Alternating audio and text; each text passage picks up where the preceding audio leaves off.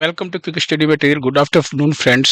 बात करते हैं, आज है 27 मार्च और 27 मार्च से रिलेटेड जितने भी आपके इंपॉर्टेंट क्वेश्चंस होंगे हम उन सभी क्वेश्चंस को यहाँ पर देखेंगे। ठीक है, साथ ही साथ जितना इंपॉर्टेंट आपका पिछला आपने कुछ भी पढ़ा होगा उसको भी साथ में हम रिवाइज करने की कोशिश करेंगे। ठीक है, तो सबसे पहले क्वेश्चन की तरफ चलते हैं। आज का जो हमारा सबसे पहला क्वेश्चन है वो क्या होने वाला है।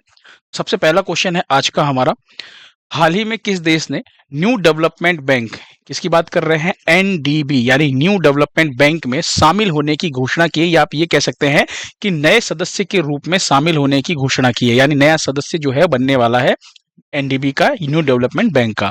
तो सबसे पहली चीज तो आपको ये ध्यान रखना है वो देश कौन सा है, वो है आपका इंडोनेशिया। ऑप्शन ए जो है वो आपका बिल्कुल सही है। ठीक है, ऑप्शन ए आपका बिल्कुल राइट आंसर है। बात करें अगर हम यहाँ पर, तो ये जो इंडोनेशिया है ये इस न्यू डेवलपमेंट बैंक का आधिकारिक प्रक्रिया जब पूरी हो जाएगी तो उसके बाद ये 12वां सदस्य देश बन जाएगा।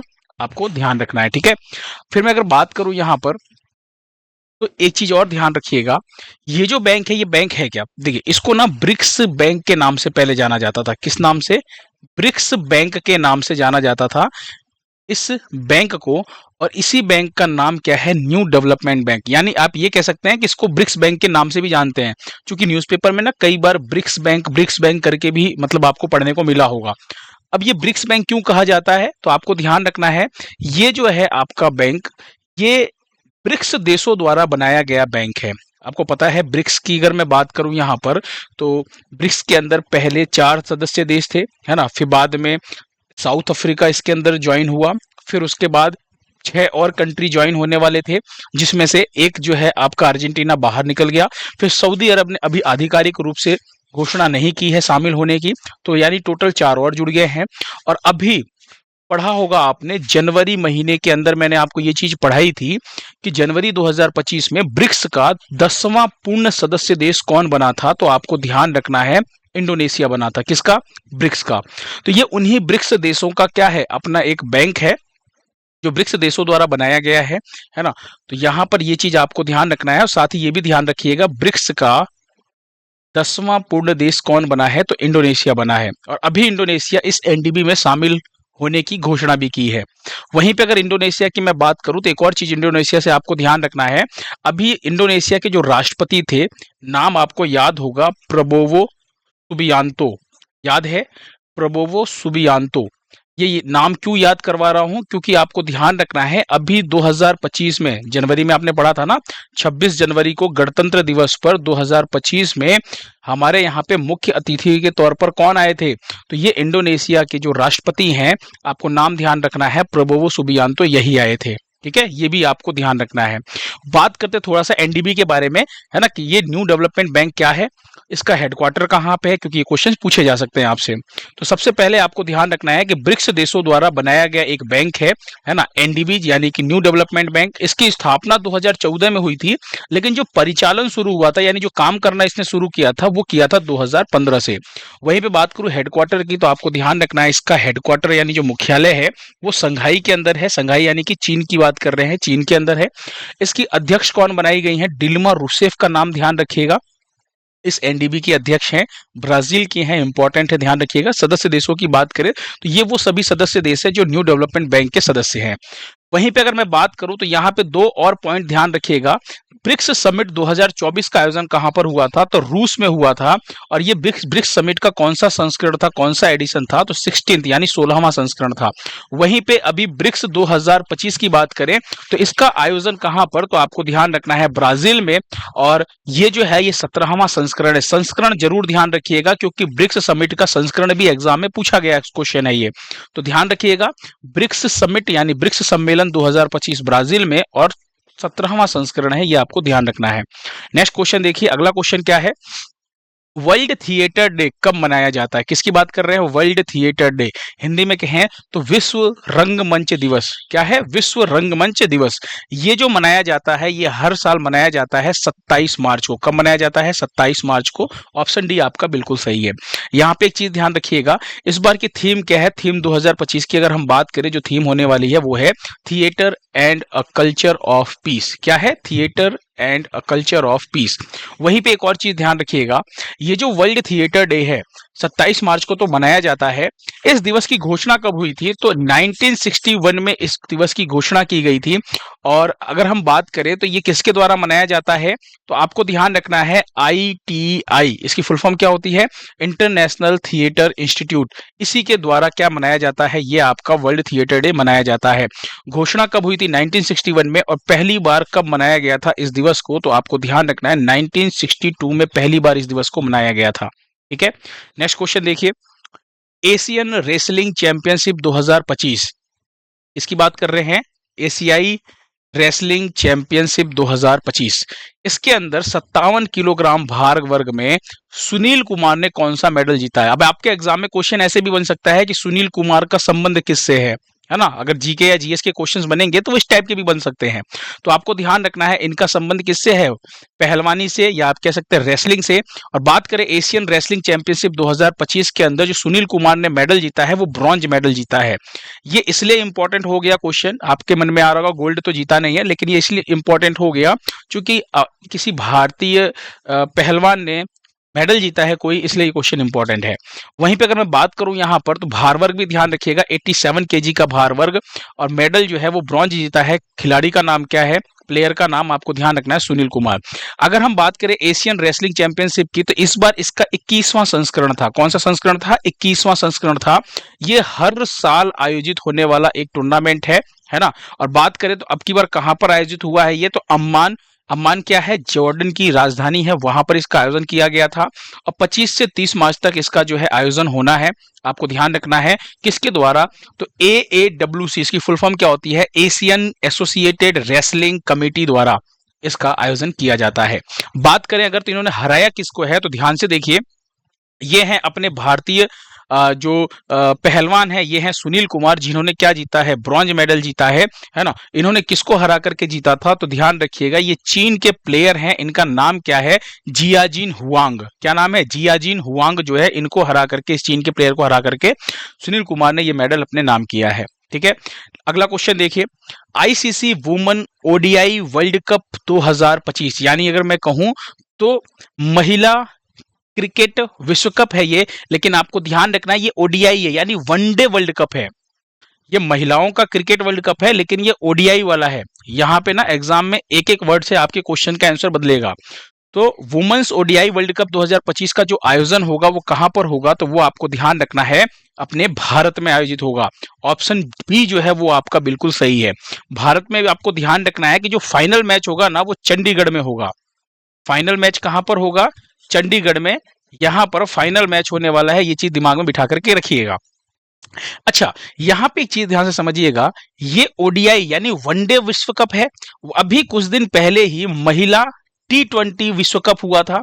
देखिए, वर्ल्ड कप के अंदर भी ना ये 20 ओवर का मैच है, ये 50 ओवर का मैच है। तो ये जो T20 वर्ल्ड कप था महिलाओं का 2024 में हुआ था, ये आपको ध्यान रखना है, न्यूजीलैंड इसको जीता है। किसको हरा करके? दक्षिण अफ्रीका को हरा करके। ये चीज आपको ध्यान रखनी है। समझ में आया? तो महिला T20 वर्ल्ड कप पूछे तो विजेता कौन है? न्यूजीलैंड। और अगर महिला ODI वर्ल्ड कप पूछा जाए आपसे, तो अभी आयोजित हो रहा है। कब से कब तक होगा? ध्यान से सुनिएगा, 13वां संस्करण है। संस्करण का नंबर ध्यान रखिएगा, 29 सितंबर से 26 अक्टूबर तक इसका आयोजन होगा 2025 के अंदर। अभी क्या चल रहा है? तो अभी चल रहा है आपका मार्च महीना, और इसका आयोजन कब शुरू होगा? 29 सितंबर को शुरू होगा, 26 अक्टूबर तक चलेगा, जिसमें कुल 8 टीमें होने वाली हैं। ठीक है, 12वां संस्करण जो हुआ था वो कहां पर हुआ था? वो न्यूजीलैंड में हुआ था 2022 में। और विजेता कौन था? ऑस्ट्रेलिया इसको जीता था, और इंग्लैंड को हरा करके। और ध्यान रखिएगा, ऑस्ट्रेलिया ने 7वीं बार इस खिताब को अपने नाम किया है, यानी अब तक सर्वाधिक बार जो जीता है वो कौन जीता है? ऑस्ट्रेलिया जीता है। एक और मजे की बात बताता हूं मैं आपको, महिला विश्व कप की जो शुरुआत हुई थी, यानी ये जो महिला वनडे विश्व कप है, इसकी जो स्टार्टिंग हुई थी, शुरुआत हुई थी, वो 1973 से शुरुआत हुई है इसकी। और ध्यान रखिएगा, भारत ने आज तक कभी भी महिला वर्ल्ड कप नहीं जीता है, ये चीज ध्यान रखिएगा। ठीक है, महिला वनडे विश्व कप जो है इसको भारत ने आज तक कभी नहीं जीता है, लेकिन 2 बार फाइनल में जरूर पहुंचा है। तो आप ये कह सकते हैं कि 2 बार उप विजेता रहा है। यानी 2 बार फाइनल में जरूर पहुंचा है, लेकिन भारत आज तक कभी जीता नहीं है इस चीज को। तो उम्मीद करते हैं कि इस बार भारत में आयोजन हो रहा है तो भारत जरूर जीते। ठीक है, चलिए नेक्स्ट क्वेश्चन देखिए। भारत ने अपनी पहली स्वदेशी एमआरआई मशीन विकसित की है, इसे कहां स्थापित किया जाएगा? तो भारत ने जो अपनी पहली स्वदेशी एमआरआई मशीन बनाई है वो एम्स दिल्ली में स्थापित की जाएगी। ध्यान रखिएगा। एक और चीज आपको ध्यान रखना है, कब तक स्थापित किया जाएगा? तो अक्टूबर माह तक स्थापित किया जाएगा। कब तक? अक्टूबर तक आपको ध्यान रखना है। ये एम्स दिल्ली में स्थापित की जाएगी, जो भारत की पहली स्वदेशी एमआरआई मशीन है। अब यहाँ पे ना कुछ इंपॉर्टेंट चीजें मैं आपको बताने वाला हूँ, ध्यान से सुनिएगा। पहली चीज तो ये कि इससे फायदा क्या होने वाला है और हमने ये स्वदेशी विकसित क्यों किया है। तो सीधी सी बात है, अगर हम स्वदेशी चीजें बनाएंगे तो हमको बाहर निर्भरता कम रहनी पड़ेगी। अभी चिकित्सीय उपकरणों की जो निर्भरता है भारत की, वो बहुत हद तक बाहर से हम लोग निर्भर करते हैं। तो चिकित्सीय उपकरणों पर आयात की निर्भरता को ना कम करता है ये हमारा स्वदेशी एमआरआई मशीन जो हमने विकसित किया है। ठीक है, इसके बाद अगर मैं बात करूं यहाँ पर, तो एक चीज देखिए, एमआरआई मशीन की बात करें तो इसकी फुल फॉर्म ना कई बार आपके एग्जाम में पूछा गया है। तो बहुत ही इंपॉर्टेंट जीके का क्वेश्चन है आपका, क्या? एमआरआई। एमआरआई की बात करें तो ये मैग्नेटिक रेजोनेंस इमेजिंग इसकी फुल फॉर्म होती है। बहुत इंपॉर्टेंट है फुल फॉर्म, ध्यान रखिएगा, कई बार एग्जाम में पूछा गया है ये। एमआरआई काम क्या करता है? देखिए, एमआरआई की बात करें तो यहाँ पे ना पेशेंट लेट जाता है और ये जब इसको अंदर जाता है यहाँ पर, तो इसके अंदर होता है क्या, शरीर के अंगों की तस्वीरें लेने के चुंबकीय क्षेत्र और रेडियो वेव्स का यूज करता है। एमआरआई क्या करता है, ये अंदरूनी जो शरीर के अंदरूनी जो हिस्से होते हैं ना, उसकी क्या करता है, तस्वीरें लेता है, ताकि डॉक्टर अच्छे से चीजों को समझ पाए। अगर कोई कैंसर का पेशेंट है तो उससे पता चलता है कि भाई कितना फैल रहा है, अंदर गांठें हैं तो कितनी हैं। या फिर अगर हम बात करें कोई भी सॉफ्ट टिश्यूज जो होता है ना, वो इसके अंदर हम आराम से देख सकते हैं। देखिए, एक होता है सीटी स्कैन। क्या होता है? CT scan. इसको बोलते हैं कंप्यूटेड टोमोग्राफी। क्या बोलते हैं इसकी फुल फॉर्म? ध्यान से सुनिएगा, कंप्यूटेड टोमोग्राफी। बहुत इंपॉर्टेंट है, ध्यान रखिएगा, इसकी फुल फॉर्म पूछी गई है एग्जाम में। ये भी क्या करता है, जो सीटी स्कैन होता है ना, ये भी पूरे शरीर को स्कैन करता है। ये भी क्या करता है, पूरे शरीर को स्कैन करने का काम करता है, और डॉक्टर इसकी मदद से समझता है चीजों को। अगर कोई भी चीज टूटी फूटी है, कोई भी अगर अंग डैमेज है, तो इससे पता चलता है। लेकिन ध्यान रखिएगा, एमआरआई और सीटी स्कैन में फर्क ये होता है कि जो एमआरआई होता है ना, वो क्या करता है, सॉफ्ट टिश्यूज को ना और बेहतर तरीके से दिखाता है। ठीक है, और एक और मोस्ट इंपॉर्टेंट चीज जो एग्जाम में पूछा गया है, सीटी स्कैन के अंदर हम किसका यूज करते हैं, तो एक्सरे वेव्स का यूज करते हैं। वहीं पे एमआरआई के अंदर हम किसका यूज करते हैं, तो हम एमआरआई के अंदर जो मैग्नेटिक फील्ड है, जो चुंबकीय क्षेत्र है और रेडियो वेव्स है, उसका यूज करते हैं। नाम से ही आपको यहाँ पे पता चल गया होगा, मैग्नेटिक रेजोनेंस। तो चुंबकीय क्षेत्र और रेडियो वेव्स का यूज होता है, और सीटी स्कैन में एक्सरे का यूज होता है। ये एक अंतर एग्जाम में पूछा गया अंतर है, ये आपके सिविल सर्विस एग्जाम में पूछा गया क्वेश्चन है। ठीक है, नेक्स्ट क्वेश्चन देखिए, अगला क्वेश्चन। अच्छा, अगला क्वेश्चन देखने से पहले एक और चीज आपको ध्यान रखना है कि जब मैं कोई भी चीज पढ़ाता हूं ना, तो उस टाइम पे अगर मैं कोई चीज कह रहा हूं कि फुल फॉर्म जरूर याद कर लीजिएगा, तो मान के चलिए वो फुल फॉर्म एग्जाम में कभी ना कभी पूछी गई है, तभी मैं आपसे याद करने के लिए कह रहा हूं।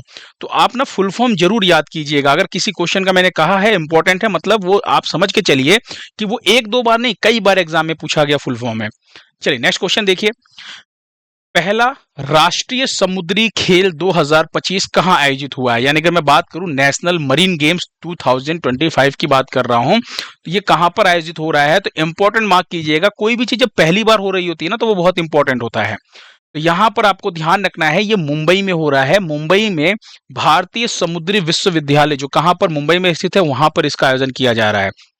इसके अंदर लगभग 20+ गेम्स होने वाले हैं, है ना। पहला संस्करण है, याद रखिएगा। 23 मार्च से लेकर के 4 अप्रैल 2025 तक इसका आयोजन किया जाएगा। भारतीय समुद्री विश्वविद्यालय मुंबई में इसका आयोजन होगा, और भारतीय नौवहन महानिदेशालय द्वारा इसका आयोजन किया जाएगा।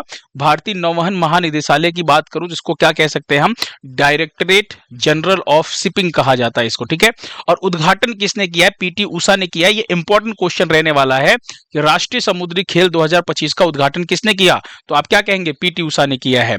आप यहाँ पे पीटी उषा को देख रहे हैं, है ना। ये जो पीटी उषा है, यही इस राष्ट्रीय समुद्री खेल के पहले संस्करण का आयोजन कर रही हैं। ठीक है, नेक्स्ट क्वेश्चन देखिए।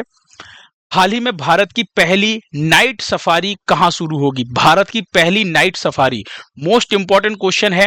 अगर कोई भी चीज पहली बार हो देश की तो वो अपने आप में इंपॉर्टेंट होता है। तो आपको ध्यान रखना है उत्तर प्रदेश राज्य में शुरू होगा। ऑप्शन बी आपका बिल्कुल सही है। देखिए, ये भारत की तो क्या है, पहली है, लेकिन यहीं पे आपको ध्यान रखना है कि ये विश्व की कौन से नंबर की हो जाएगी? विश्व की 5वीं। क्या कहेंगे? ये जो नाइट सफारी है ये भारत की पहली है और विश्व की 5वीं नाइट सफारी है। कहां पर शुरू हो रही है? तो उत्तर प्रदेश के अंदर लखनऊ में शुरू हो रही है। और इसका नाम क्या है? इस नाइट सफारी का नाम याद रखिएगा। लखनऊ में कुकरेल वन क्षेत्र के अंदर शुरू किया जा रहा है। उस नाइट सफारी पार्क का नाम है कुकरेल नाइट सफारी और एडवेंचर पार्क। समझ में आया? फिर से सुनिए, भारत की पहली नाइट सफारी है ना, विश्व की 5वीं नाइट सफारी उत्तर प्रदेश में शुरू हो रहा है, उत्तर प्रदेश के लखनऊ में कुकरेल वन क्षेत्र में। और इसका नाम क्या है इस नाइट सफारी का? तो कुकरेल नाइट सफारी और एडवेंचर पार्क में ये चीज शुरू हो रही है, आपको ध्यान रखना है। ठीक है, अब एक और चीज ध्यान रखिएगा, ये बनकर के कब तक तैयार होगा? तो ये 2026 के लास्ट तक ये बनकर के तैयार हो जाएगा, मतलब ये शुरू हो जाएगा, स्टार्ट हो जाएगी। अभी अप्रैल में ये बनना शुरू हो रहा है। ठीक है, इसकी अप्रैल में बनने की शुरुआत हो रही है। एक और चीज आपको ध्यान रखना है कि ये सिंगापुर मॉडल से प्रेरित है। अगर आपसे एग्जाम में पूछा जाए, खास करके आरओ वाले एग्जाम और पीसीएस स्टेट जो सिविल सर्विस के एग्जाम है उसमें करंट अफेयर्स थोड़ा सा एक्सप्लोर करके पूछा जा रहा है आजकल। ठीक है, तो उसी हिसाब से आप चीजों को पढ़िए। उसके अंदर पूछा अगर गया है आपसे कि ये कौन से देश के मॉडल से प्रेरित है, तो आप क्या कहेंगे? Singapore model. क्या कहेंगे?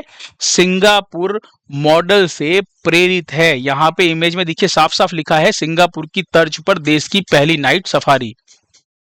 चलिए, इसी से मिलता जुलता मैं कुछ और क्वेश्चंस बता रहा हूं जो आपको कंफ्यूज कर सकता है। क्योंकि नाइट सफारी है, भारत की पहली है, इसी टाइप के करंट अफेयर्स आपने पहले भी पढ़े हैं, वो कंफ्यूजन ना हो, तो यहाँ पे डाउट ना हो, उसको देखिए एक बार। पहला क्या कि भारत का पहला डार्क नाइट स्काई रिजर्व ये लद्दाख में बनेगा। कहां पर बनेगा? लद्दाख में। इसी से मिलता जुलता भारत का पहला डार्क स्काई पार्क ये पेंच टाइगर रिजर्व को बनाया गया है। भारत का पहला डार्क स्काई पार्क किसको बनाया गया है? पेंच टाइगर रिजर्व को बनाया गया है। और एक भारत का पहला नाइट स्ट्रीट रेसिंग सर्किट ये चेन्नई में, आपको ध्यान रखना है, चेन्नई में लॉन्च हुआ है। तो ये कुछ मिलते जुलते नाम है जो आपको कंफ्यूज कर सकते हैं, है ना? तो कंफ्यूज नहीं होना है। भारत का पहला नाइट सफारी अलग है, भारत का पहला डार्क नाइट स्काई रिजर्व अलग है और डार्क स्काई पार्क अलग है। ठीक है, नेक्स्ट क्वेश्चन देखिए। 7वां एक्ट ईस्ट बिजनेस शो 2025 कहां आयोजित हुआ है? तो पहली चीज तो आपको यह ध्यान रखना है कि शिलोंग में आयोजित हुआ है। 7वां संस्करण है, संस्करण जरूर ध्यान रखिएगा। शिलोंग कहां पर? तो आपको ध्यान रखना है मेघालय। शिलोंग का नाम आते ही आपको ध्यान रखना है किसका? मेघालय। अगर आपसे राज्य पूछे तो आप क्या कहेंगे? मेघालय। और अगर पूछे जगह तो आप बताएंगे शिलोंग के अंदर। वहां पर आपको एक और चीज ध्यान रखना है कि इसके अंदर अगर मैं बात करूं तो उद्देश्य क्या है, इस बिजनेस शो का उद्देश्य क्या है? उद्देश्य यह है कि मेघालय में व्यापार और निवेश को बढ़ावा देना। इसको मेघालय के अंदर व्यापार और निवेश को बढ़ावा देना, ये इसका उद्देश्य है। अच्छा, अगर मैं बात करूं यहां पर तो एक और चीज ध्यान रखिएगा, इसका उद्घाटन किसने किया है? तो मेघालय के ही कुछ इंपॉर्टेंट पॉइंट्स की बात करते हैं। यहां पर देखिए, बात करते हैं 7th act east business show 25 से 27 तारीख तक इसका आयोजन होगा। कहां पर होगा? तो आपको ध्यान रखना है शिलोंग मेघालय इंडिया के अंदर। तो 25 से 27 मार्च 2025 तक इसका आयोजन होने वाला है। और एक और चीज ध्यान रखिएगा, इसके अंदर 12 देश जो है वो लगभग भाग लेने वाले हैं। तो ध्यान रखिएगा 12 देश इसके अंदर हिस्सा लेंगे। और उद्घाटन कौन करेंगे? मुख्यमंत्री कोनराड संगमा जो हैं, जो मेघालय के मुख्यमंत्री है, वो इसका उद्घाटन करेंगे। एक और चीज ध्यान रखना है, आयोजन किसके द्वारा किया जा रहा है? तो आपको ध्यान रखना है आयोजन इंडियन चैम्बर ऑफ कॉमर्स के द्वारा आयोजन किया जा रहा है। इसकी स्थापना बात करें कब हुई थी? तो 1925 में इसकी स्थापना होती है। और इसका मुख्यालय कहां पर है? तो हेडक्वार्टर की बात करें तो आपको ध्यान रखना है कोलकाता के अंदर इसका मुख्यालय है। किसकी? इंडियन चैम्बर ऑफ कॉमर्स की बात कर रहे हैं। इसके वर्तमान में अध्यक्ष कौन है? तो अभ्युदय जिंदल का नाम आपको ध्यान रखना है। किसका? मैं यहां पे लिख दे रहा हूं, हेड अभ्युदय जिंदल जो है ये नाम आपको यहाँ पर ध्यान रखना है, वो इसके अध्यक्ष है वर्तमान में। अच्छा, पहली बार इसका कब आयोजन किया गया था पहले संस्करण का? तो 2014 में किया गया था। और अभी जो लास्ट टाइम पे हुआ था, लास्ट यानी कि जो छठा संस्करण है वो 2021 में हुआ था। और इसके बाद इसका आयोजन अब 2025 में हो रहा है। 7वें संस्करण का आयोजन कब? 2025 में। तो ये तीनों चीजें आप ध्यान रखिएगा। नेक्स्ट क्वेश्चन देखिए। अच्छा, नेक्स्ट क्वेश्चन देखने से पहले एक बार मैप में ना मेघालय को देखते हैं, और मेघालय से रिलेटेड कुछ इंपॉर्टेंट चीजें मैं आपको याद करवाता हूँ। पहली चीज तो ये जो रेड कलर का जो आप देख रहे हैं ना, ये वाला यहाँ पर है मेघालय, जो बीच में आप देख रहे हैं, है ना, यहाँ बांग्लादेश से सटा हुआ। इसकी राजधानी क्या है? शिलोंग। मुख्यमंत्री कॉनरेड संगमा है, और राज्यपाल CH विजय शंकर का नाम आपको ध्यान रखना है। इंपॉर्टेंट क्वेश्चन क्या क्या आपके एग्जाम से बनते हैं, यहाँ पे ध्यान से सुनिएगा। विश्व में सर्वाधिक वर्षा वाला स्थान कौन सा है? तो नाम आपको ध्यान रखना है मोसिन राम। कौन सा नाम? मोहसिन राम। पूछा गया क्वेश्चन है, कई बार पूछा गया। मोहसिन राम विश्व का सर्वाधिक वर्षा वाला क्षेत्र। अच्छा, OTT प्लेटफॉर्म लॉन्च करने वाला दूसरा राज्य कौन सा बना था? तो आपको ध्यान रखना है मेघालय बना था। कभी भी पूछे आपसे OTT प्लेटफॉर्म लॉन्च करने वाला दूसरा राज्य कौन सा बना है, तो वो मेघालय बना है। किस नाम से इसने लॉन्च किया है? हेलो नाम से इसने लॉन्च किया है। ठीक है, और वहीं पे आपको ध्यान रखना है एक और क्या चीज, एक नाम याद रखिएगा, पहले नंबर पे कौन है, क्योंकि जो कोई भी चीज पहली बार होती है ना, तो वो थोड़ा इंपॉर्टेंट रहने वाला है। पहले नंबर पे है केरल, है ना। OTT प्लेटफॉर्म लॉन्च करने वाला पहला राज्य केरल है, जो सी स्पेस के नाम से इसने लॉन्च किया था। ठीक है, सी स्पेस। और दूसरा कौन बना है? मेघालय, इसने हेलो नाम से लॉन्च किया है। चलिए, एक और चीज यहां पर देखिए इंपॉर्टेंट ही है, वो क्या है कि ऑनलाइन गेमिंग में भारत का पहला उत्कृष्टता केंद्र जो है वो कहां पर स्थापित? तो इसी शिलोंग के अंदर। क्या? इसी शिलोंग में आपको ध्यान रखना है, ऑनलाइन गेम के लिए भारत का पहला उत्कृष्टता केंद्र जो है वो यहीं पर स्थापित किया गया, ये भी ध्यान रखिएगा। इसके अलावा एक इंपॉर्टेंट क्वेश्चन बनता है, क्या एक जनजाति है, जनजाति की बात करूं यहां पर, तो गारो, खासी और जयंतिया, तीन जनजातियां आपको ध्यान रखनी है, गारो, खासी और जयंतिया। दरअसल ये तीनों पहाड़ियां जो हैं, ये तीनों पहाड़ियां आपकी मेघालय में स्थित है। इसका कुछ हिस्सा जो है वो असम में भी फैला हुआ है, लेकिन आपको ध्यान रखना है ये तीनों पहाड़ियां जो है, ये तीनों पहाड़ियां आपके मेघालय में मुख्य रूप से स्थित है। और इन्हीं पहाड़ियों पर पाए जाने वाली ये तीनों जनजातियां भी हैं सेम नाम से, गारो, खासी, जयंतिया। तो ये जनजातियां अगर आपसे पूछा जाए तो आपको ध्यान रखना है किसका नाम? मेघालय का नाम। चलिए, नेक्स्ट क्वेश्चन देखिए। हाल ही में गिनीज वर्ल्ड रिकॉर्ड धारक दुनिया की सबसे छोटी बकरी का नाम क्या है? तो दुनिया की सबसे छोटी बकरी कौन बनी है अभी? नाम है इसका करुम्बी। क्या नाम है? करुम्बी। ऑप्शन सी आपका बिल्कुल सही है। अगर मैं इस सबसे छोटी बकरी की बात करूं, करुम्बी की बात करूं, तो ध्यान रखिएगा ये मात्र 1.3 फीट लंबी है, यानी 1 फीट 3 इंच इसकी लंबाई है। ये इतनी छोटी है ये बकरी। ठीक है, अगर मैं बात करूं तो ध्यान रखिएगा 1.3 फीट लंबी इस समय दुनिया की सबसे छोटी जीवित बकरी है। यानी अभी वर्तमान में सबसे छोटी जीवित बकरी का जो रिकॉर्ड, वर्ल्ड रिकॉर्ड जो मिला है वो इसी को मिला है। नाम है इसका करुम्बी। कौन सी, मतलब ये अगर बात करें, ये जो बकरी की जो प्रजाति है, आपको ध्यान रखना है ये पिगमी प्रजाति की बकरी है। किस प्रजाति की? पिगमी। पिगमी की बात करूं तो पिगमी एक जनजाति होती है जो अफ्रीका महाद्वीप में पाई जाती है। ठीक है, अगर मैं पिगमी की बात करूं तो एक जनजाति है जो कहां पाई जाती है? तो अफ्रीका महाद्वीप में पाई जाती है, अफ्रीका में। और ये जो जनजाति होती है ना, ये बहुत ही छोटी कदकाठी के लिए फेमस होती है ना। इसीलिए इसका नाम बकरी का पिगमी बकरी के नाम से जाना जाता है। इस बकरी को इसीलिए पिगमी बकरी के नाम से जाना जाता है। और ये जो अभी करुम्बी है ना, ये जो पिगमी बकरी, ये करुम्बी जो दुनिया की सबसे छोटी बकरी है, ये कहां पर है? तो ये भारत के केरल में है। ठीक है, कहां पर? भारत के केरल में है। ध्यान रखिएगा, दुनिया की सबसे छोटी बकरी काले कलर की है। ये बकरी जो आप देख रहे हैं इमेज में, यही बकरी है ना। इसका रंग क्या है आप ध्यान रखिएगा, रंग भी अगर पूछ ले तो कोई भरोसा नहीं, आजकल एग्जाम में कुछ भी पूछ लेता है वो, तो काला रंग आपको ध्यान रखना है। नेक्स्ट क्वेश्चन देखिए। हाल ही में अनुसंधान नेशनल रिसर्च फाउंडेशन, जिसे शॉर्ट में ANRF के नाम से जाना जाता है, इसके अभी CEO कौन बने हैं? तो इसके जो सीईओ बने हैं अभी हाल ही में डॉक्टर शिव कुमार कल्याण रमण बने हैं। कौन बने? डॉक्टर शिव कुमार कल्याण रमण जो है बिल्कुल सही ऑप्शन है, यही है कल्याण रमण और यही बने हैं। अच्छा, अभी कुछ इंपॉर्टेंट चीजें दिखाऊं अगर मैं। अजय सेठ अभी लास्ट टाइम पे मैंने आपको पढ़ाया था फाइनेंस सेक्रेटरी या फिर आप कह सकते हैं वित्त सचिव बने हैं भारत के नए वाले, है ना।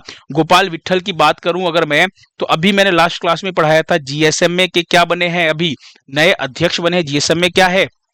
दुनिया के जो टेलीकॉम ऑपरेटर कंपनियां हैं उसका एक संघ है ये।